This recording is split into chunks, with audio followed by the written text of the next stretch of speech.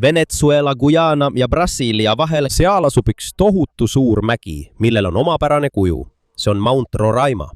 Selle tipp ei ole terav nagu tavaliselt mägedel, vaid selle pind on lai ja peaaegu tasane ning seda ümbritsevad kõrged ja peaaegu püstloodiskaljud. Seda tüüpi mäge nimetatakse teppuiks, mis tähendab lauamäge. Mount Roraima kõrgeim tipp ulatub umbes 2810 meetrini üle merepinna. See kuulub Guyana kõrgustiku teppuide hulka, mis on väga iidne osa Lõuna-Ameerikast. Altpoolt vaadates näeb see välja nagu tohutu sein, mis seisab džungli kohal. Selle tipp on sageli kaetud paksu pilvekihiga, mistõttu tundub, et see on allolevast maailmast eraldatud. Mount Roraima oli kunagi osa väga ulatuslikust kivikihist ja miljonite aastate jooksul on vihma, tuule ja voolava vee mõjul ümbritsevad pehmemad kivimid järk-järgult lagunenud ja kadunud. Nii jäidki alles vaid tugevamad kiviosad. Tänu järskudele kaljudele on selle tippu väga raske jõuda. Tegelikult 19. sajandil paljud Euroopa maadeavastajad kuulsid lugusid tohututest lamedatest mägedest Guyana sisemaal. Üks neist oli Sir Walter Raleigh, Inglise maadeavastaja, kes läks Lõuna-Ameerikasse 1595. aastal, otsides legendaarset rikkalikku El Eldorado kuningriiki. Sir Walter Raleigh ei jõudnud Roraima mäele, kuid kui ta selles piirkonnas reisis, kuulis ta lugusid väga kõrgest mäest, mille tipust langevad kosed. Ta kirjutas ka, et mägi näis säravat nagu kristall, kuid pole kindel, kas see mägi, mida ta kirjeldas, oli tõesti Mount Roraima. Seega ei saa me öelda, et tema oli esimene eurooplane, kes Mount Roraimat nägi või uuris. Siiski tundsid põlisrahvaste pemonid Roraimat juba ammu enne eurooplaste saabumist. Nende jaoks ei olnud see lihtsalt geoloogiline moodustis. See on oluline ka nende lugude, uskumuste ja identiteedi jaoks. On olemas ka vanu lugusid mäe ja sellest voolavate jõgede päritolu kohta. Pemonite legendi kohaselt oli Roraima mägi kunagi tohutu suur puu, mis andis toitu inimestele ja loomadele ning kui see puu maha raiuti, põhjustas see suure üleujutuse ja järele jäänud känd muutuski selleks lamedaks mäeks, mida tänapäeval näeme. See lugu on pemonite kultuuris väga tähtis. Lisaks sellele aitavad nad kohalike giididena mitmetel ekspeditsioonidel, mis tõusevad Roraima mäele. Sellest hoolimata 1884. aastal Briti maadeuurija Everard Impterni juhitud ekspeditsioon koos Harry Perkinsiga ja kohalike giididega jõudis edukalt tippu. Nad kasutasid mäe Venezuela poolel asuvat looduslikku kaldserva. Siiani on nende rajatud teeosa marsuudist, mida paljud Roraima mäele ronijad kasutavad. Kui nad tippu jõudsid, ei leidnud nad sealt dinosauruseid, hiiglaslikke roomajaid ega eelajaloolisi inimesi. Nad nägid külma, märga ja kivist platood. Paljud alad olid musta värvi vetikate, mineraalide ja pikaajalise liivakivi vees leotamise tõttu. Seal olid kummalised kivimoodustised. Väikesed basseinid, sood ja taimi, mis suudavad ellu jääda isegi väga õhukeses ja toitainete vaeses mullas. See ei ole ka mets, mis oleks täis suuri loomi. Pigem meenutab see suurt looduslikku laboratooriumi, mis on kaua aega olnud eraldatud allpool asuvatest ökosüsteemidest. Kuum ja niiske õhk altpoolt metsast tõuseb üles, kui see puutub kokku Mount Roraima kõrgete seintega. Õhk jahtub, kui see ülespoole liigub. Selle tõttu tekivad mäetipul paksud pilved ja sagedased vihmasajud. See on ka põhjus, miks tipp on sageli märg ja pilvine, isegi kui seal ei alga ühtegi suurt püsivat jõge. Vihmavesi koguneb tippu lohkudesse ja väikestesse basseinidesse. Kui need täituvad, voolab vesi üle mäe serva ja langeb alla koskedena. Ka mullas on tipus vähe toitaineid. Suurem osa Mount Roraima tipust on paljas kivi ja mullakiht on väga õhuke. Seetõttu on seal väga vähe toitaineid. Taimed. Seetõttu on mõned neist leidnud teistsuguse viisi toidu hankimiseks. Nende hulka kuuluvad mõned lihasööja taimed, nagu heliampora. Sellel on kannukujulised lehed, kuhu koguneb vesi. Kui väike putukas sinna sisse kukub, saab taim osa toitainetest sellest kätte. See ei söö inimesi ega suuri loomi. See püüab ainult väikseid putukaid. Heliamphora nutans kasvab looduslikult Venezuelas, Guyanas ja Põhja-Brasiilias. See hõlmab ka Tepui piirkonda. Kuna paljud tipud on üksteisest eraldatud ja organismidel on väga raske liikuda ühelt tepult teisele, leidub liike, mida võib leida vaid mõnel üksikul mäel. Neid nimetatakse endeemilisteks liikideks. Aga see ei tähenda, et elu tippudel oleks jäänud muutumatuks juba dinosauruste ajast. Tegelikult muutuvad siin kliima, taimestik ja loomastik endiselt. Linnud, putukad ja seemned võivad tuule abil tippu jõuda. Seetõttu, kuigi see koht on isoleeritud, ei tähenda see, et ökosüsteem oleks täielikult suletud. Siiski just siin tekkis ka kadunud maailma, ehk ülejäänud planeedist kaua eraldatud maailma idee. Aastal 1912 avaldas Sir Arthur Conan Doyle romaani Kadunud maailm. See on lugu Lõuna-Ameerika eraldatud platoost, kus elavad endiselt dinosaurused ja eelajaloolised olendid. See lugu on küll väljamõeldis, kuid sellel on lai taust. Conan Doyle seostas romaani tegevuspaiga kirjeldused ja teated Mount Roraima ning teiste teppuide välimuse ja omadustega. Ta ei väitnud kunagi, et Roraimal elavad päriselt dinosaurused. Ta kasutas lihtsalt päris paika inspiratsioonina seiklusloo jaoks. Kuna romaan sai populaarseks, hakkasid paljud inimesed arvama, et võib-olla on tipu peal tõesti mõni peidetud eelajalooline loom, kuid ükski teaduslik ekspeditsioon pole dinosaurust leidnud. Plesiosaurus, mammut või hiiglaslik lendav roomaja Mount Roraimal. Mount Roraima ei ole koht, kus aeg on peatunud. See on maailm, kus elu jätkub, kuid taimed ja loomad pidid kohanema külma, vihmase ja kivise keskkonnaga. Sellegipoolest on Mount Roraima sageli paksu pilvekihiga kaetud. On aegu, mil rändurid ei näe päevi järjest tippu, sest see näib olevat kaetud suure uduseinaga. Seetõttu on sealne elu jäänud kauaks raskesti uuritavaks. Teadus annab selgema põhjuse, miks Roraima on alati märg. Kuum ja niiske õhk metsast põrkab vastu mäe kõrget ja külma seina. Kuid ei ole õige öelda, et kõik Lõuna-Ameerika suurimad jõed saavad otseselt alguse Roraima mäelt. Vesi Roraima mäelt voolab mitmesse jõgikonda Guyanas, Venezuelas ja Brasiilias. Kuid see on vaid väike osa piirkonna tohutust äravoolusüsteemist. Mägi ise muutub siiani pidevalt. Väga pika aja jooksul on vesi järk-järgult eemaldanud liivakivi pehmemaid osi. Selle tulemusena on järele jäänud teravad kivid, kitsad käigud, väikesed kanjonid ja omapärased kivimoodustised. Seetõttu on tippu osades nagu kuiv merepõhi, kuigi see on peaaegu alati märg ja pilvedega kaetud. Lisaks on siin ka jahedam kui allpool metsas. Koos kõrge õhuniiskusega see aeglustab mõnede taimede ja orgaanilise materjali lagunemist. Aga see ei tähenda, et aeg oleks tipus, sõna otseses mõttes peatunud. Lagunemine toimub ikka, mikroobid tegutsevad ja ökosüsteemis toimuvad pidevalt muutused. Üks suurimaid probleeme Roraima tipus on toitainete puudus. Tugevate vihmade tõttu uhub palju mineraale õhukesest mullast välja. Seetõttu on mõned taimed sunnitud leidma teistsuguseid viise ellujäämiseks. Paljud taimed teppuidel on endeemsed. See tähendab, et neid leidub looduslikult ainult selles piirkonnas või väiksel osal Guyana kõrgustikust. Botaaniliste uuringute kohaselt Roraima teppuil on registreeritud üle 200 soontaimeliigi ja mõned neist ei esine mitte kusagil mujal maailmas. Kuid ei ole õige öelda, et kõik taimed tipu osas on olnud täielikult eraldatud teistest ökosüsteemidest miljoneid aastaid. Siia võivad jõuda seemned, õietolm, putukad ja linnud. Tuule abil. Siiski, sinne isoleeritus ja ainulaadne kliima on siiski piisavad, et siin tekiksid liigid, mis on kohanenud omaenda viisil. Üks tuntumaid taimi siin on Helianthora nutans.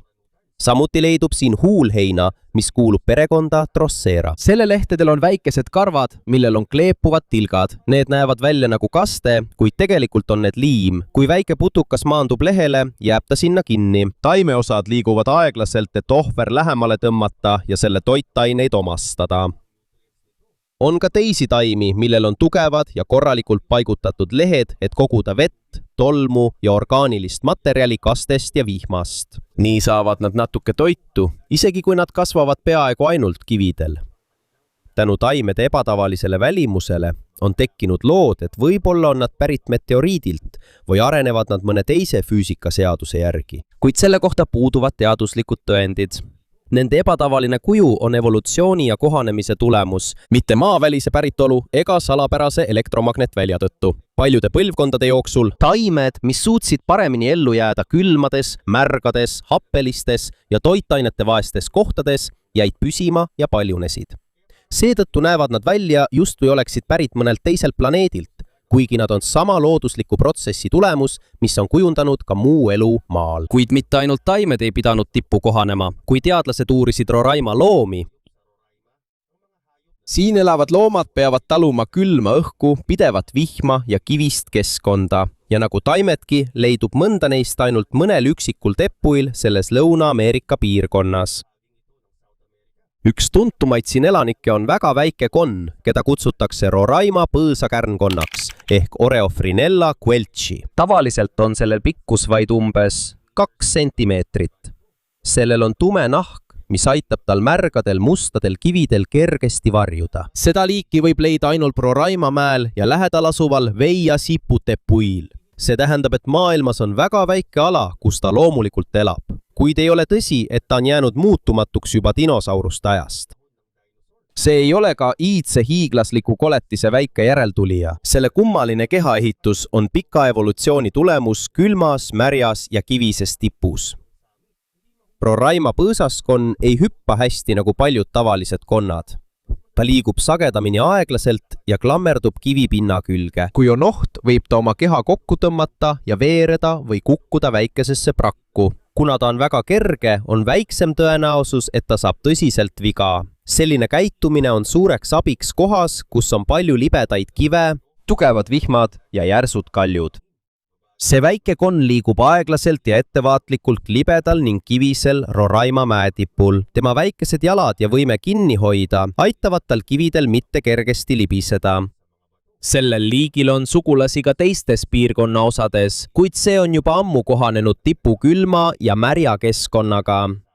See kuulub perekonda Oreofrinella. See on väikeste konnade rühm, keda leidub erinevatel Guyana kõrgplatoo teppudel. Need liigid on omavahel sugulased, kuid nad on pikka aega olnud eraldatud erinevatesse piirkondadesse. Selle tõttu on neil järk-järgult kujunenud oma iseloomulikud omadused. Tipupiirkonnas on ka vähe suuri loomi. Puud on seal vähem, puuvilju ega avaraid alasid, mis toetaksid suuri ahvide, hirvede või jaaguaride gruppe. Paljudel loomadel on ka raske ületada kõrgeid kaljusid, et jõuda vihmametsast üles. Siiski ei tähenda see, et seal pole üldse maosid, sisalikuid või linde kogu Roraima mäel. On liike, keda võib kohata tippu, nõlvadel ja erinevatel kõrgustel mäel, kuid kõige avatumates ja kõrgemates piirkondades on loomi vähem ja nende valik piiratum. On ka putukaid ja väikseid organisme, kes on kohanenud tugeva tuule ja niiske keskkonnaga. Mõnes maailma kõrges ja tuulises paigas on putukaid, kelle tiivad on väiksemaks jäänud või kes on täielikult kaotanud lennuvõime. Kuid ei saa öelda, et kõik Roraima putukad enam ei lenda. Igal liigil on erinev kohanemisviis. Lihtsamalt öeldes ei ole evolutsioon Mount Roraimal peatunud. Selle asemel jätkub see pidevalt. Organismid, kes ei suuda sellistes tingimustes ellu jääda, on kadunud või ei ole suutnud populatsiooni säilitada. Need, kellel on omadused, mis sobivad külma jaoks, vihm, kivid ja toidupuudus, jäid ellu. Kuid samal ajal, kui teadlased uurivad mäetipul olevaid taimi ja loomi, avastasid nad tipu all hoopis teistsuguse maailma. Pikka aega arvati, et Mount Roraima sisemus koosneb peaaegu täielikult liivakivist ja kvartsiidist. Suured koopad tekivad tavaliselt lubjakivisse, mis on kivimitüüp, mida vesi kergemini lahustab. Kvartsiit on aga väga kõva ja palju raskemini lahustuv. Kuid 2000-ndate alguses hakkasid koopauurijad uurima väikeseid auke platoo pinnal. Nende all avastasid nad laia tunnelite ja kambrite võrgu. Koobaste süsteemi nimetati Roraima suursüsteemiks. Üks osa sellest on tuntud ka kui Cueva Ojos de Cristal, mis tähendab kristalljää koobast. See nimi pärineb ümmargustest ja läikivatest kvartskristallidest, mis leiti mõnest koopas asuvast madalast süvendist. Süsteem ulatub üle 16 kilomeetri, vastavalt hilisematele uuringutele. See kuulub pikimate teadaolevate koopasüsteemide hulka, mis on tekkinud kvartsiidi ja sarnaste kõvade kivimite sisse. See ei tähenda, et kogu Mount Roraima oleks nagu Šveitsi juust. Koopad asuvad vaid mõnes piirkonnas ja on tavaliselt madalad platoo all. Kuid see avastus on oluline, sest see tõestas, et vesi suudab moodustada suuri koopaid isegi väga kõvas kvartsirikas kivimis. See ei ole kiire protsess, see kujunes välja pika aja jooksul. Ulatusliku koopasüsteemi avastamine Mount Roraima sees on andnud alust paljudele kummalistele lugudele. mõned räägivad, et seal on väidetavalt portaal teise dimensiooni. Teised usuvad, et mäe sees on iidse tsivilisatsiooni salajane baas. On ka lugusid salapärastest tuledest, mis ilmuvad kivipragudest ning inimestest, kes kogevad sees olles kummalisi ajavoolu muutusi. Kuid mitte ühelgi neist väidetest ei ole tugevat teaduslikku tõestust. Koopas sees on aga kummalisi mineraaliformatsioone, mis meenutavad seeni, koralle, ümmargusi ja väikeseid sambaid. Mõned neist on valmistatud amorfsest ränidioksiidist. See on ränidioksiid, mis ei ole korraldatud kõva ja läbipaistva kristallina. Nende struktuuride moodustumine võtab väga kaua aega. Vaja on pidevat vee liikumist, keemilise koostise muutumist ja väga pikka aega. Samuti pole tõestatud väide, et Roraima suri koopa sügavates osades oleks tuhandeid aastaid vanu maalinguid. Guyana kõrgustiku teistes osades on avastatud tõelisi iidseid kaljukunstiteoseid, kuid seni pole veel usaldusväärset arheoloogilist aruannet, mis kinnitaks, et selles koopasüsteemis endas oleks iidseid maalinguid. Seetõttu ei tohiks me sellist lugu pidada kinnitatud osaks Roraima ajaloost. Koopas kõige olulisem avastus on peaaegu silmale nähtamatu. Seintele laes on valged jäljed, mis esmapilgul tunduvad tavalise mustuse või mineraalide ladestusena. Kui teadlased võtsid proovi ja uurisid seda laboris, avastasid nad, et paljud jäljed on bakterite ja teiste mikroorganismide kolooniad. See on üllatav, sest koopasügavustes pole peaaegu üldse päikesevalgust. Ka tavalist toitu on seal väga vähe. Teadlased avastasid, et Roraima surri koopas on mikroobide kogukond väga eriline. Sissepääsu lähedal leidub organisme, kes on tavalisemad ka teistes koopakeskkondades, kuid sügavamal koopas domineerivad teatud bakterite ja arhede rühmad, kes suudavad ellu jääda happelises ja toitainete vaeses keskkonnas. Väide, et organismid sõna otseses mõttes söövad kvartsi ja saavad sellest kogu oma energia, ei ole täiesti õige. Analüüside põhjal võib suurem osa nende kasutatavast süsinikust ja toitainetest pärineda pinnaveest. Siiski on tõendeid, et mõned mikroorganismid võivad aidata kaasa kivimi ränidioksiidi aeglasele muutumisele ja lahustumisele. Mõnes teises kvartsiidikoopas selles piirkonnas teadlased avastasid samuti, et bakterid võivad mõjutada ränidioksiidi liikumist, lahustumist ja taasformeerumist. See tähendab, et mõned mikroorganismid ei ela koopas lihtsalt niisama. Võimalik, et neil on ka väike roll koopakeskkonna pidevas muutumises. See on oluline astrobioloogia seisukohalt. Astrobioloogia on teadus, mis uurib, kuidas organismid võivad ellu jääda äärmuslikes tingimustes Maal ja kas elu on võimalik ka teistel planeetidel. Roraima mikroorganismid näitavad, et elu suudab jätkuda isegi peaaegu täielikus pimeduses. Toitu on vähe ja keskkond on happeline, kuid see ei ole otsene tõend elu olemasolu kohta Marsil. See näitab lihtsalt, et lihtne elu võib olla tugevam ja paindlikum, kui varem arvati. Kui Marsil on mikroorganisme, siis on neil tõenäoliselt turvalisem elada maa all, kus nad on kaitstud tugeva kiirguse ja temperatuuri muutuste eest. Seetõttu võib kasutada selliseid koopaid nagu Roraima koopad loodusliku laboratooriumina, et uurida, milliseid elumärke tuleks teistel planeetidel otsida. Lõppkokkuvõttes ei ole vaja portaali, tullukate baasi ega kadunud tsivilisatsiooni, et Roraima mägi oleks erakordne. Sellel pinnal on taimed ja väikesed loomad, kes on õppinud elama külmas, vihmases ja peaaegu toitainete vaeses keskkonnas. Allpool on aga ulatuslikud tunnelid kivimis, kus peeti väga pikka aega suurte koobaste teket peaaegu võimatuks. Ja selle kõige pimedamas osas elavad mikroorganismid, kes suudavad ellu jääda isegi siis, kui valgust ja toitu on väga vähe. Aeg ei ole Roraima mäel peatunud, selle asemel liigub vesi pidevalt edasi, kivi muutub ja elu kohaneb.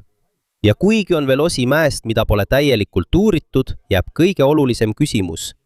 Kui palju koopaid veel, liike ja eluvorme on peidus mäe sees, mis on peaaegu iga päev pilvedega kaetud?